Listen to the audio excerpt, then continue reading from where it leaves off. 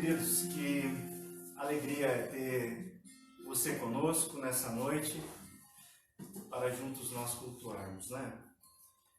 Então eu gostaria de falar com você sobre o tema de somente Cristo ou só os Cristos. Devemos lembrar que estamos no mês da Reforma Protestante, comemorando 503 anos, e nesse mês nós decidimos falar sobre os pilares da fé cristã, aquilo que é o fundamento do cristianismo, né, para a vida cristã, que nem sempre é visível, mas ele é essencial para que nós permaneçamos de pé. E nós entendemos que a comunidade cristã só é de fato cristã tendo esses pilares. Conforme nós vimos semana passada, somente a Escritura, hoje somente Cristo, somente a fé, somente a graça e somente a Deus glória. E é nisso que nós cremos e procuramos praticar, que esses são os pilares da fé. Então, apenas recapitulando rapidamente, semana passada nós vimos que as Escrituras elas são a nossa única regra de fé e prática, que ela não é um livro qualquer, mas ela é a palavra de Deus. Ela é inerrante, ela é a própria palavra de Deus. Ela não contém a palavra de Deus, ela é a palavra de Deus. Foi isso que nós vimos semana passada, e ela é útil para ensino, para correção, ela é a nossa bússola. E hoje eu falo sobre o somente Cristo, ou somente a salvação em Cristo, que foi um lema também da Reforma. Nós devemos lembrar que a Reforma Protestante ela teve um grande impacto, tanto social, econômico e político, e até hoje nós vemos a influência da Reforma Protestante no Ocidente. Mas, se nós pudéssemos resumir o legado da Reforma, nós resumiríamos ele, que a Reforma recuperou o Evangelho. A Reforma nos deu uma visão de toda a vida tendo Deus no centro. Cristo é o centro. Infelizmente, a gente encontra homens, pregadores modernos, colocando o homem no centro. Mas nós precisamos reafirmar o que foi dito na Reforma, o que foi pregado na Reforma Protestante. E esse pilar foi um pilar bastante decisivo para desencadear o movimento de reforma. Eu gostaria que você que me acompanha pegasse sua Bíblia e abrisse comigo no Evangelho de João. Gostaria de ler apenas um versículo bastante conhecido, Evangelho de João, capítulo 14, versículo de número 6. Eu gostaria que você permanecesse também com a sua Bíblia aberta. Nós vamos olhar alguns versículos. Evangelho de João, capítulo 14, versículo 6, diz assim: E Jesus disse: Eu sou o caminho, a verdade e a vida. Ninguém pode vir ao Pai senão por mim. Palavras de Jesus há mais de 2000 anos atrás. Verdade essa que a Idade Média havia esquecido e a Reforma trouxe de volta, que Jesus Cristo ele é o caminho, a verdade e a vida, e que não há ninguém que possa ir até Deus se não for por Cristo. E assim como essa verdade foi redescoberta na Reforma, nunca mais nós precisamos que ela jamais venha a ser esquecida em nossos dias. Afirmar a suficiência de Cristo na salvação, de que é somente através dele que o homem pode ser salvo, parece soar até mesmo estranho em dias pós-modernos. Mas é somente Cristo que nós devemos levantar a bandeira da salvação. Infelizmente, a pós-modernidade soa dizer que é somente Cristo, isso pode soar como um preconceito, pode soar muito, muito mal. Então, o que eles afirmam hoje em dia? Afirmam que todos os caminhos levam a Deus. Tanto é que nós encontramos mais de 10 mil religiões ao longo do mundo. E eu pergunto a você que me ouve, seria Cristo mais um Deus entre os deuses? Seria então o cristianismo o único correto em meio a tantas essas religiões? Seria Jesus Cristo o único caminho? Ou de fato, todos os caminhos levam até Deus para a salvação? Quero que você veja comigo o capítulo 14 de João. Jesus está conversando com os seus discípulos, é a sua última noite, e então, no versículo 33 do capítulo 13, Jesus começa a falar com os seus discípulos. Ele diz: meus filhos, estarei com vocês apenas mais um pouco. E como eu disse aos líderes judeus, vocês me procurarão, mas não poderão ir para onde eu vou. Vocês imaginam essa declaração de Jesus? Depois de 3 anos, os discípulos andando junto com ele, agora a sua morte está próxima. Imagina como não fica a cabeça daqueles discípulos naquela hora. E então, eles decidem fazer 3 perguntas. Eles fazem 3 perguntas a Jesus. E eu gostaria de ver essas perguntas com vocês. Primeira pergunta se encontra no capítulo 13, versículo 36. E sempre ele, Simão Pedro, pergunta a Jesus: para onde o Senhor vai? E Jesus responde: para onde eu vou, vocês não podem ir agora, mas me seguirão mais tarde. A segunda pergunta também é de Pedro, nós vimos ela no versículo 37, onde Pedro diz: mas Senhor, por que eu não posso ir agora? E a conversa se segue. Jesus fala, que ele iria o negar, e a conversa segue e Jesus anuncia que eles sabem o caminho para onde ele vai. Capítulo 14, versículo 4. E então nós vemos a terceira pergunta.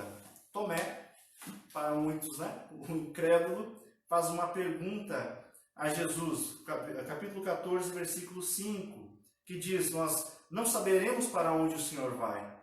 Como podemos então conhecer o caminho? E na terceira pergunta de Tomé, Jesus agora responde. E Jesus responde dizendo: eu sou o caminho, a verdade e a vida. Ninguém pode vir ao Pai senão por mim. É interessante que todos os outros mestres, quando eles iam ensinar algo, eles faziam menção à Torá, faziam outras menções a profetas, mas Jesus, ele diz: eu sou. E ele responde com 3 eu sou. Eu sou o caminho, a verdade e a vida. E um exemplo que nós podemos ver isso, é o encontro de Jesus com o jovem rico, que você encontra em Mateus 19, do 16 ao 30. O jovem se aproxima a Jesus e lhe pergunta: mestre, o que farei de bom para ter a vida eterna? E Jesus lhe responde dizendo: olha, obedeça então os mandamentos. E o jovem pergunta quais. Ele diz: não matarás, não adulterarás, não furtarás, não darás falso testemunho, honra teu pai e tua mãe, amarás o teu próximo como a ti mesmo. E o jovem rico diz a Jesus: mas olha, tudo isso eu tenho obedecido, o que me falta ainda? Então Jesus diz: vá, venda os seus bens, dê aos pobres, depois venha e siga-me. Claro, Jesus diz isso porque Ele é o caminho. Jesus não está dizendo: venda tudo o que você tem e siga regras. Ele não está dizendo: venda tudo o que você tem e siga as leis. Mas Ele diz: siga-me, eu te levo. Eu sou o caminho que te leva para a salvação. E é interessante que Jesus não diz que Ele é um caminho, mas Ele diz que Ele é o caminho. Ninguém jamais falou como Jesus. Ao dizer que Ele é o caminho, a verdade e a vida, Ele está mostrando a sua identidade, quem Ele é. E ao dizer que ninguém pode ir ao Pai se não for por Ele, Ele está revelando a sua missão. Eu gostaria, essa noite, de destacar esses 3 eu sou de Jesus. E o primeiro, conforme a gente viu, está vendo, é eu sou o caminho. Jesus está mostrando que Ele não é mais, não é um dos caminhos, mas o próprio caminho. E essa afirmação não combina com o sincretismo religioso que nós temos em nossos dias. Assim como não combinava com a Europa do século XVI, antes da Reforma. Mas o homem pós-moderno, ele não está interessado em um só caminho. O homem pós-moderno, ele agarra tudo que ele pode, tudo que o seu coração toca, vira um ídolo. Se eu for fazer aqui essa noite uma caricatura da religião do homem pós-moderno, eu veria alguém que é amante dos búzios, das cartas, é alguém que consulta diariamente o seu signo para ver a sua sorte, é alguém, quem sabe, que tem uma pequena estátua de Buda ao lado dos seus livros de autoajuda. Então, essa é a religião da pós-modernidade. Clama por uma religião de autoestima. Eu quero algo que me faça sentir bem. Então, tudo é válido, desde que eu me sinta confortável, que eu me sinta bem. Afinal, eu posso pegar um pouquinho de cada lado, porque todos os caminhos levam a Deus. Será mesmo? Bom, quando dizem que todos os caminhos levam a Deus, isso é verdade. Mas não da maneira como muitos acreditam, que todos os caminhos levam a Deus e no fim todos serão salvos. Não é isso. Você sabe o que o apóstolo Paulo diz sobre essas coisas? Ele diz aos Coríntios, 2 Coríntios, capítulo 5, versículo 10, ele diz o seguinte: pois todos nós devemos comparecer perante o tribunal de Cristo, para que cada um receba de acordo com as obras praticadas por meio do corpo, quer sejam boas, quer sejam más. Todos os caminhos levam a Deus? Sim. Sabe por quê? Porque todos irão comparecer diante de Deus. Quer seja você católico, budista, espírita, ateu e cristão, terminaremos todos diante do tribunal de Cristo, para prestarmos contas do que fizemos. E você que me ouve, eu lhe faço algumas perguntas. E a pergunta que eu te faço é: em que base você vai ficar de pé diante de Cristo? Será que você vai poder se apoiar diante dele nas suas obras? Será que você vai poder se apoiar diante dele na sua religião? Qual o caminho que te leva até o tribunal de Cristo e te deixa seguir para a glória? E qual o caminho que te leva até o tribunal e termina em condenação? Cristo está dizendo: eu sou o caminho. Ninguém pode se achegar até Deus se não for por Cristo. Somente Cristo. Mas sabe o que acontece? Desde o Éden, o homem busca a autonomia de Deus, busca a independência de Deus, busca ser o seu próprio Salvador. E nós adoramos isso. Nós adoramos sermos os nossos próprios salvadores. Nosso coração adora fabricar ídolos, adora fabricar glória para si. E eu não estou aqui generalizando, mas é por isso que muitas igrejas crescem, porque estão procurando outros caminhos ao ensinar o evangelho de autossalvação. Uma salvação baseada em méritos, autoajuda, onde não se fala de pecado, onde Cristo não é suficiente, é necessário incrementar algo mais. porque parece que somente Cristo não atrai. É isso que nós vemos, esse evangelho pós-moderno, e também nós víamos na igreja da época de Martinho Lutero. Sabe o que Paulo diz disso? Que esse é um evangelho maldito, é um outro evangelho. Mas o evangelho bíblico que nós encontramos nas Escrituras, ele diz que a salvação é somente por Cristo, do início até o fim. É obra de Deus. Esse caminho nos tirou das trevas e nos levou à luz. Da escravidão que nós vivíamos em nossos delitos e pecados, ele nos tornou livre. Nós que não tínhamos filiação, fomos por ele adotados. Por isso que Jesus é o caminho. Segundo eu sou, ele diz que ele é a verdade. Eu sou a verdade. E mais uma vez, nós voltamos ao Éden. Relembramos do Éden. Quando Adão, quando ele cai, porque ele troca a verdade revelada de Deus pela mentira que Satanás lhe deu. E a mentira é a base de toda a idolatria do homem. O apóstolo Paulo, escrevendo aos Romanos, capítulo 1, versículo 25, ele diz: trocaram a verdade sobre Deus pela mentira. Desse modo, adoraram e serviram coisas que Deus criou, em lugar do Criador, que é digno de louvor eterno. Cada ídolo que o coração humano fabrica obedece a uma mentira fabricada em sua mente e coração. Um outro reformador, anos mais tarde, depois de Lutero, João Calvino, dizia que o coração humano ele é uma fábrica de ídolos. E ele dizia, assim que você destrói um ídolo, a mente já está fabricando outro. Essa é a nossa realidade. Mas Jesus Cristo está dizendo aqui, eu sou a verdade. E isso é tão difícil para nós, homens que a verdade já não são mais absolutas e sim relativas.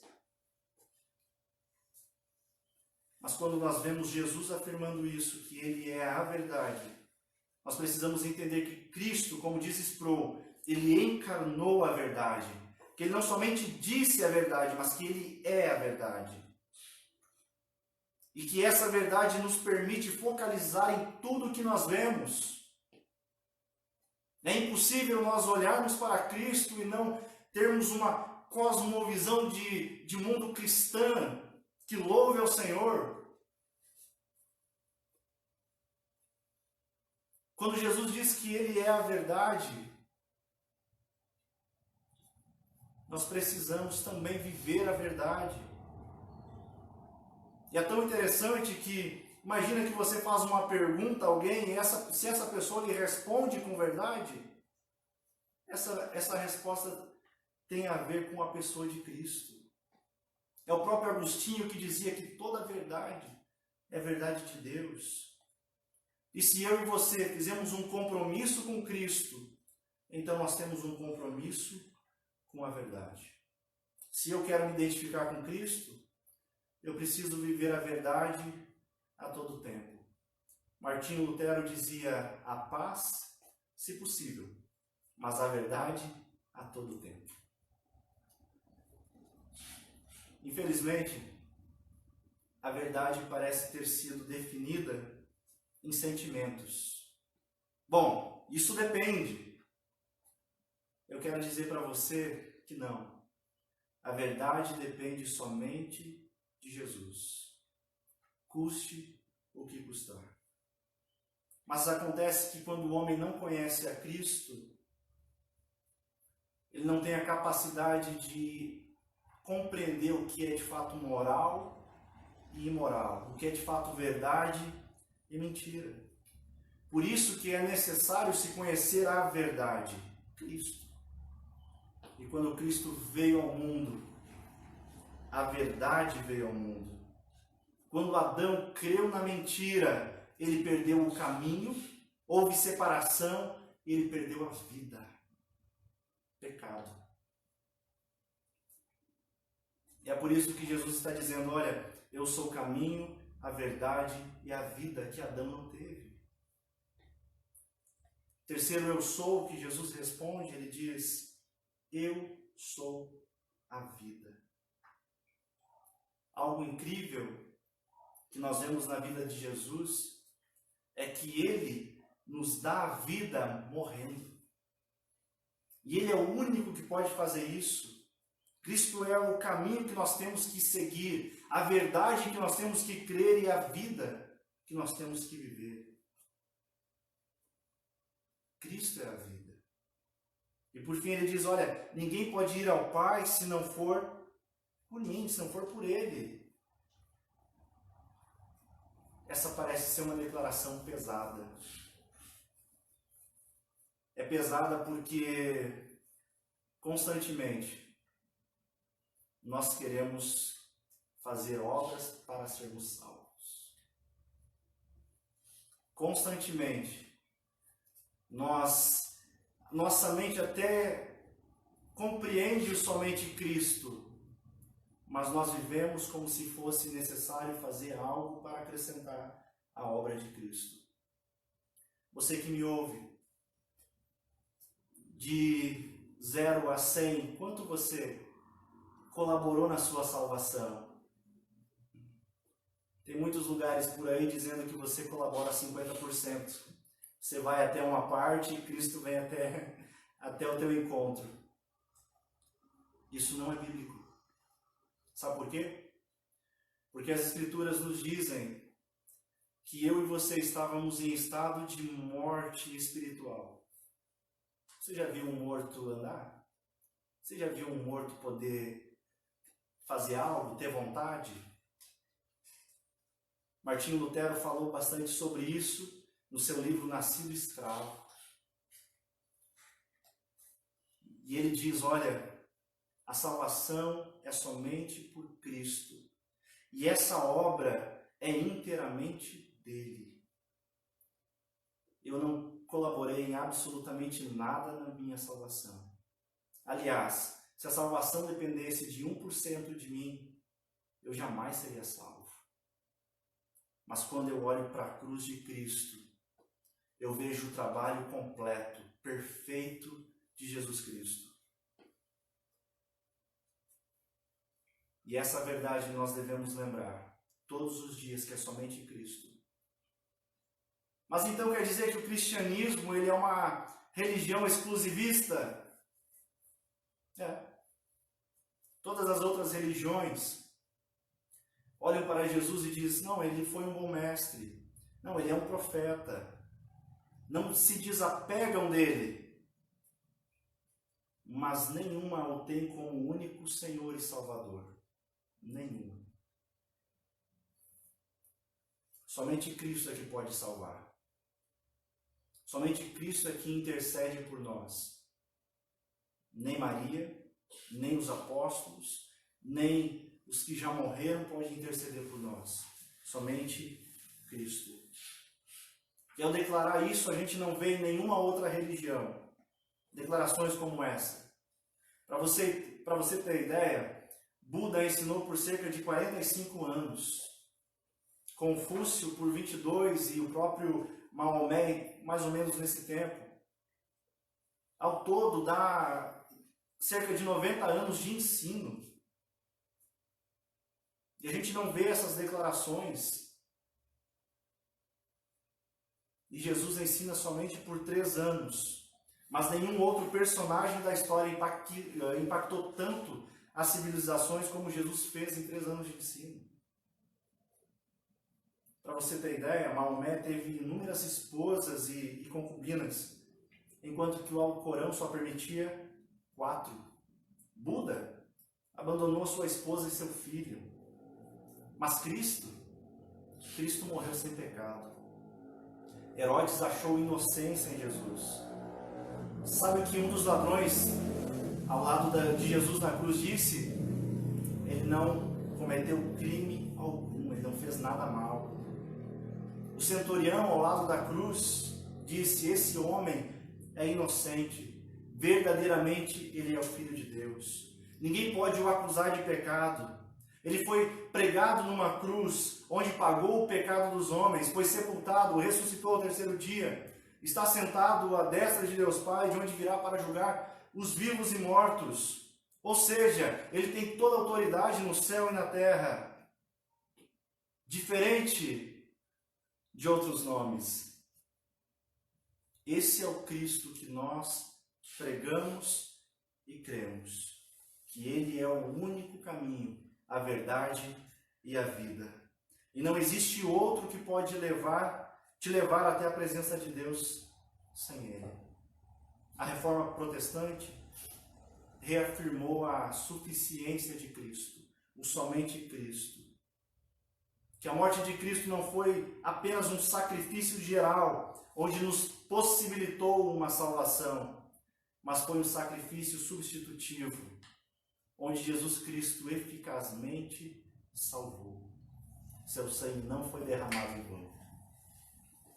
Eu quero partir para o final, encerrar com a história de um homem. Um homem que viu que as suas obras, as suas penitências eram insuficientes para ele ser salvo. E que ao ler as Escrituras ele pôde conhecer e desfrutar o amor de Deus por meio de Cristo somente.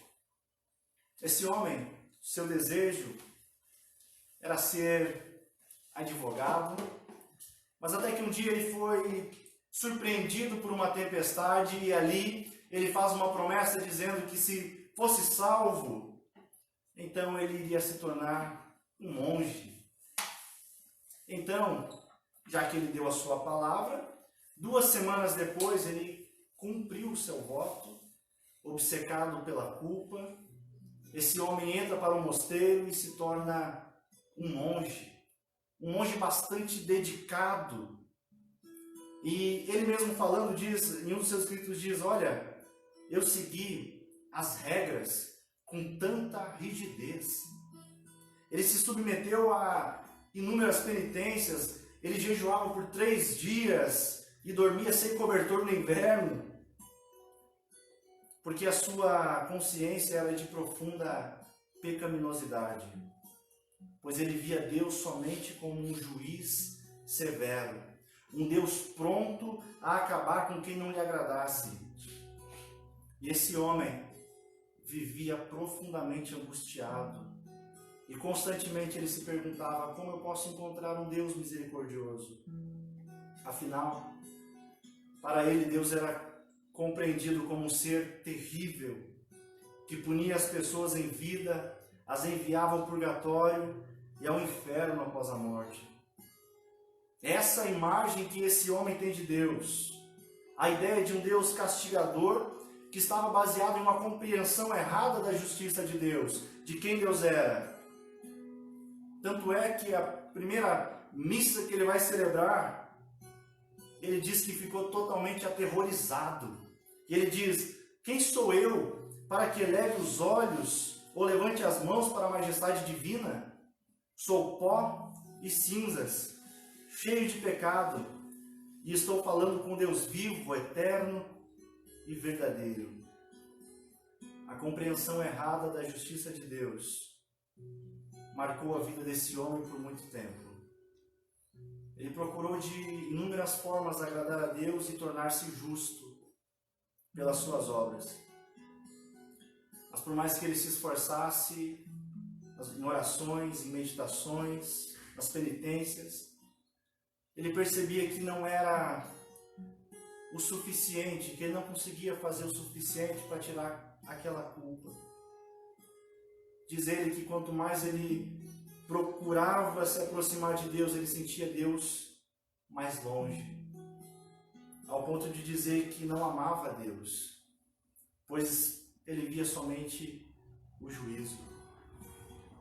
Entretanto, as coisas começam a mudar, o Espírito de Deus começa a abrir os olhos daquele homem, e ele foi nomeado para lecionar um curso de estudos bíblicos na universidade.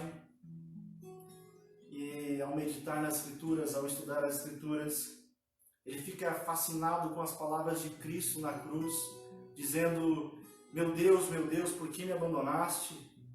E ele se perguntava: como pode o Filho de Deus? Como poderia ele ser abandonado? Eu sendo abandonado, eu até entendo. Eu sou um pecador. Mas Cristo, a sua alma fica inquieta, totalmente perturbada.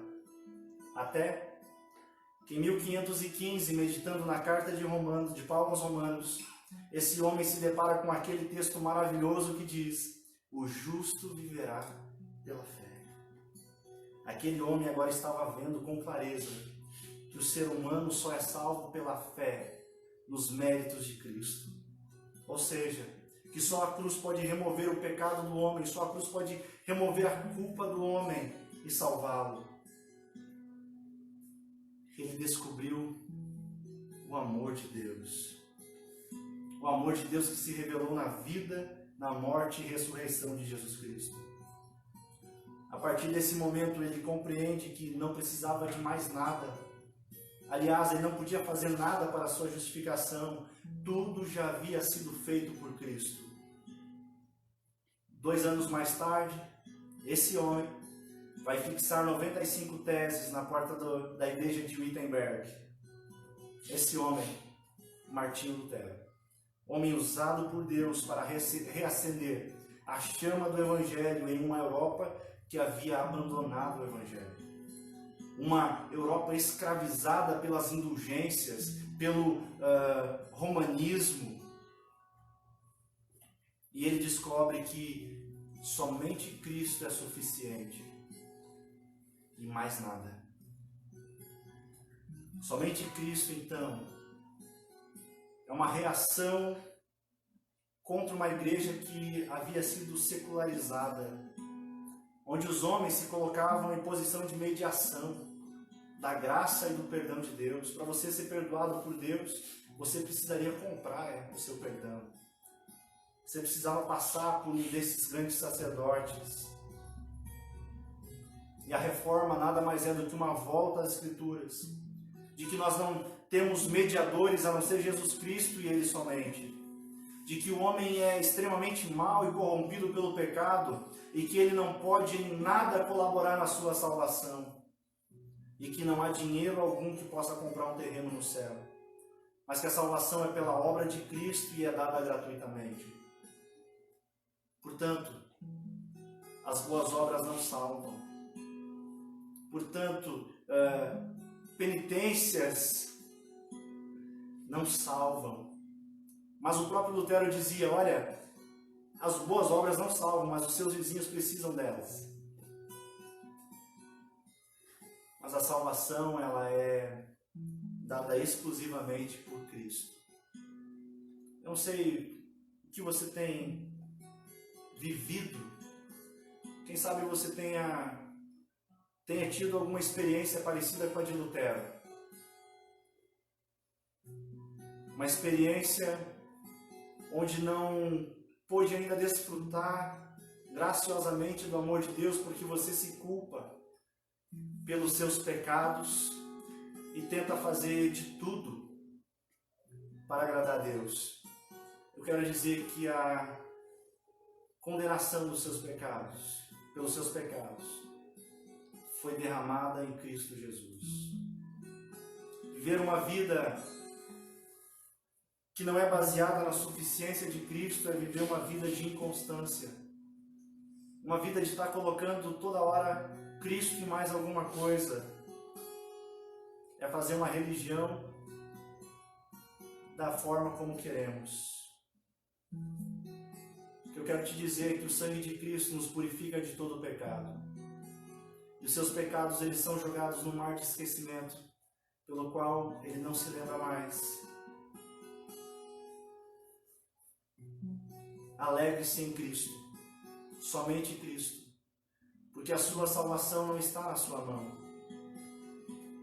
A sua salvação está nas mãos de Cristo. E ele diz que nenhuma de suas ovelhas se perderão.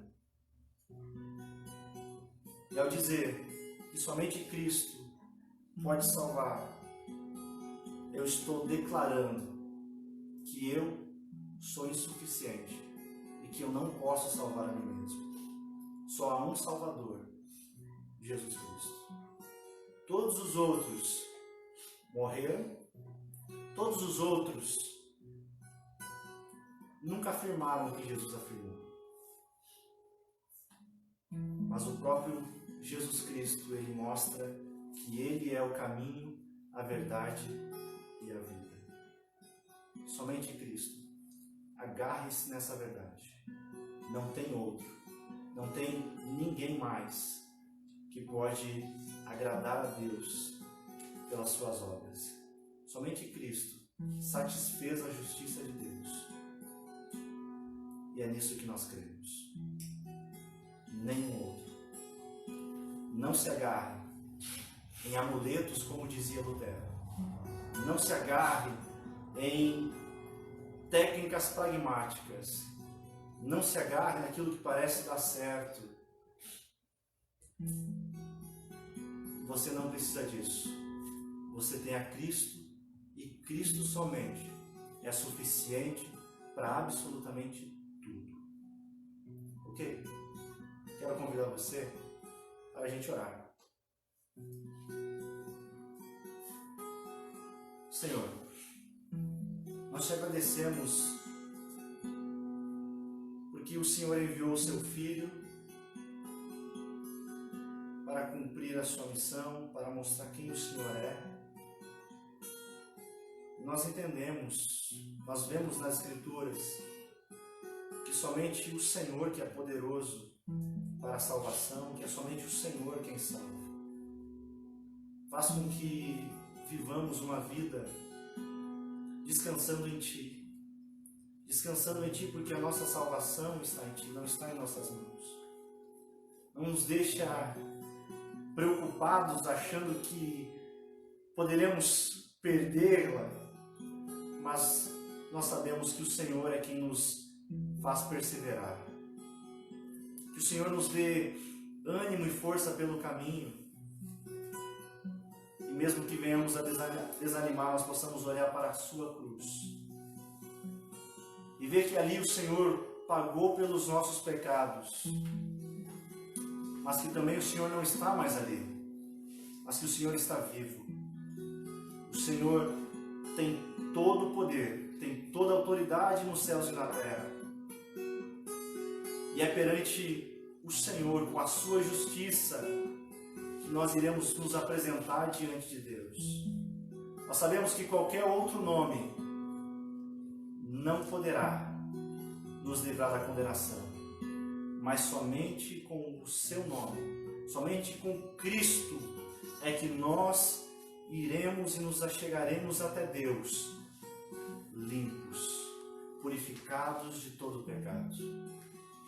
E em Ti nós confiamos e Te agradecemos. Em nome do Teu Filho amado Jesus. Amém.